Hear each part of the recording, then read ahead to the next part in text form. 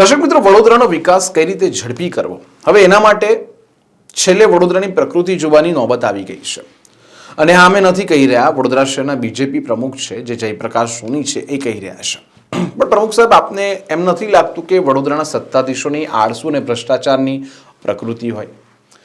ખોબે ખોબે ભાજપને મત આપવામાં આવે છે, વર્ષો સુધી એક હતું શાસન પ્રજા આપે છે, રાજ્યમાંથી વિકાસ માટે પૂરતા નાણાં પણ આપવામાં આવે છે અને વિકાસની હોડમાં બીજા બધા શહેર કરતા વડોદરા પાછળ રહી જાય છે. તમે આપ સ્વીકારી રહ્યો છો અને આ વાત તમે સ્વીકારી રહ્યા છો.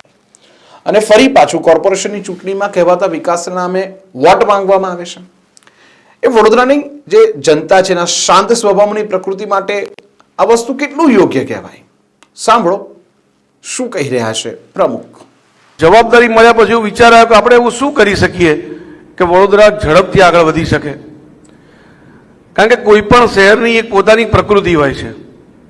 એ પ્રકૃતિ પ્રમાણે જો આપણે ડેવલપમેન્ટ કરીએ ને તો ડેવલપમેન્ટ ઝડપથી થતું હોય છે. અમદાવાદની પોતાની પ્રકૃતિ છે, મુંબઈની પોતાની પ્રકૃતિ છે, દિલ્હીની પોતાની પ્રકૃતિ છે. આપણે કોઈનું કમ્પેરિઝન ના કરી શકીએ.